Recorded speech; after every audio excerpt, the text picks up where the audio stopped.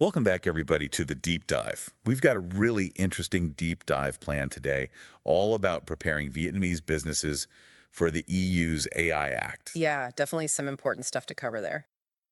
which is all about getting Vietnamese businesses ready for these new regulations. And this is something that I think a lot of people need to be aware of, even if you're not directly involved in AI. Yeah, it's going to have a pretty wide reach. So let's get right into it. Why is it such a big deal for businesses? What are the potential consequences if they don't comply with the EU AI Act? Well, for starters, the EU is really serious about responsible AI, and they're putting their money where their mouth is with this act. Okay, so there are some actual teeth to this. Oh, absolutely. Non-compliance, it could mean some pretty hefty fines. We're talking lawsuits. Wow. And even like damage to your reputation in the market. Okay, so it's not just about the legal stuff, it's also about your brand image. Yeah, exactly. I mean, think about it. For a business, especially one that wants to work within the EU, this could be a huge setback.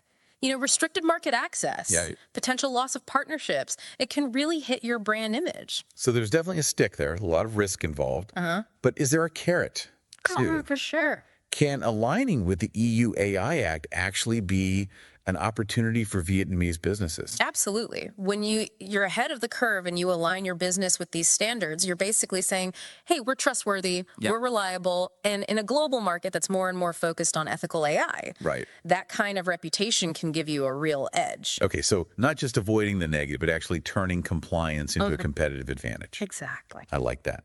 But let's get down to brass tacks here. Yeah. Where does a business even begin to prepare for something as complex as the EU AI Act? Yeah, it can seem a bit overwhelming, but there are some frameworks out there that can help. And one that's really relevant here is ISO 42001. It's still being developed, but it basically lays out a blueprint for responsible AI governance. Gotcha. So we're talking accountability, transparency, ethical data practices, all the things the EU AI Act is focused on. ISO 42001. I've heard that before. But for our listeners who might not be familiar, can you break down what that standard is and why it's so important in this context? Sure. So ISO 42001, it's basically a set of guidelines for setting up a management system for AI. It's all about making sure AI is developed and used responsibly, you know, thinking about human oversight, data privacy, bias mitigation, all those crucial elements. Right. Now, it doesn't directly mean you're compliant with the EU AI Act, but it's a really good starting point. Okay, so aligning with ISO 42001 can be seen as a proactive step towards getting ready for the AI Act. Exactly. But let's be realistic here. How much expertise is there actually in Vietnam when it comes to these really specific AI regulations? Are businesses going to be left to figure this out on their own? Yeah, that's a good question. And honestly, there is a bit of a gap in that specialized knowledge within Vietnam. And that's where strategic partnerships are going to be key. Partnerships. What do you mean by that? Well, think about it. You wouldn't try to handle a complicated legal issue without talking to a lawyer, right? True. Same idea here. Businesses don't need to start from scratch. There are consultants and experts who specialize in EU compliance, and they can provide some really valuable guidance. Okay. They can help with everything from understanding the nitty-gritty details of the act to doing those readiness assessments and putting those changes into action. So finding the right partners can be a game changer. So let's get even more specific. If I'm a business owner in Vietnam listening to this, what are some concrete steps I can take today to start getting ready for this AI Act? Well, the first thing is to understand where you stand right now, and that means doing a readiness audit. Okay. It's basically a deep dive into your current AI systems, your data practices, all your processes to figure out any areas where you might not be compliant. So like a compliance checkup. Exactly. Like taking inventory before you move. You need to know what you have and what needs to be adjusted. Makes sense.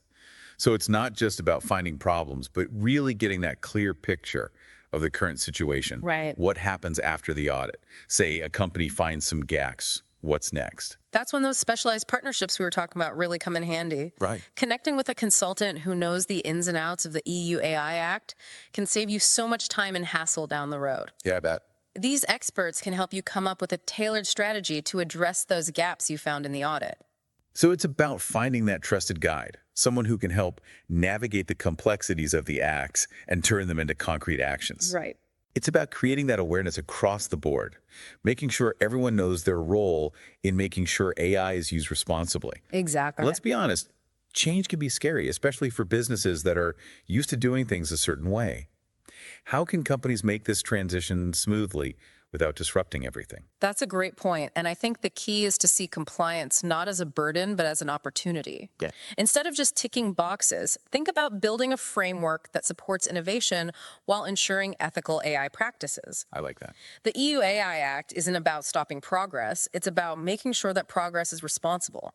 And a lot of times that shift in mindset can lead to really creative solutions and even new business opportunities. So looking beyond the rules and seeing the bigger picture, the potential for responsible AI to drive both business growth and benefit society as a whole. But what about the practical stuff? Let's say a company wants to make changes based on their audit and what the experts recommend. What are some tangible steps they can take to make sure those changes stick? Well, one of the most important things is to set up clear accountability structures. Okay. You need to define who's in charge of what, both when it comes to developing and using AI systems and also making sure everything's compliant.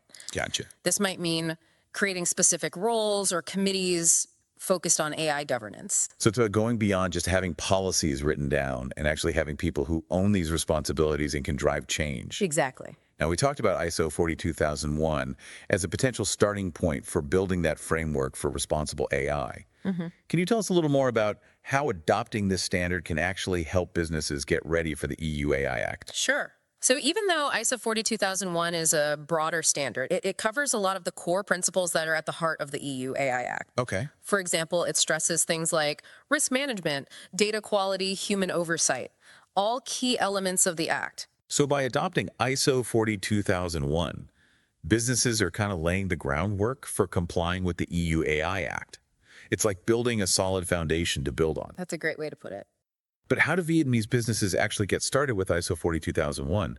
Are there resources out there to help them understand and implement it? Oh, yeah, definitely. There are more and more resources popping up, including guidelines, training materials, even certification programs. Cool. And don't forget those expert partnerships we mentioned. They can be super helpful here. A good consultant can walk you through implementing ISO 42001 in a way that makes sense for your business and gets you ready for the AI Act. So it's about finding the right resources and using expert knowledge to make this whole process as smooth as possible. Yep. Now, before we wrap up this deep dive, I want to go back to something you said earlier about the EU AI Act potentially becoming a global standard. What makes this regulation so influential, and what does it mean for businesses in Vietnam, even if they're not directly working in the EU? Well, the EU is a major player in the global economy, right? And their regulations often have a ripple effect all over the world. The AI Act is no different. It's setting a precedent for how AI should be developed and used responsibly. And for businesses even outside the EU, aligning with the Act can be a smart move.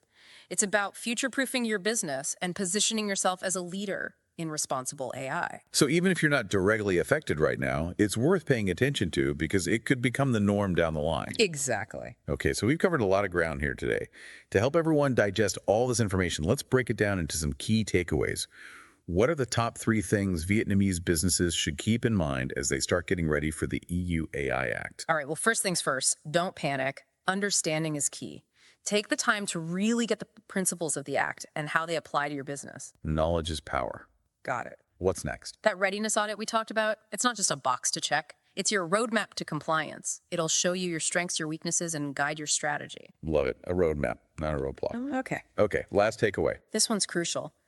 Don't underestimate the power of partnerships, whether it's connecting with local experts, working with consultants, or collaborating within your team. Remember, you don't have to do this alone. Collaboration is key. I think that's a fantastic note to end on. It's easy to get lost in the weeds of regulations, but at the end of the day, it's about people working together to create a better, more responsible future. So as we wrap up this deep dive into the EU AI Act, I want to leave everyone with something to think about. We've talked about compliance risk mitigation, but what if, instead of seeing the AI Act as a burden, Vietnamese businesses saw it as a launching pad? How might adopting ethical AI practices early on not only make sure they're compliant, but also lead to innovation and give them a competitive edge in the global market?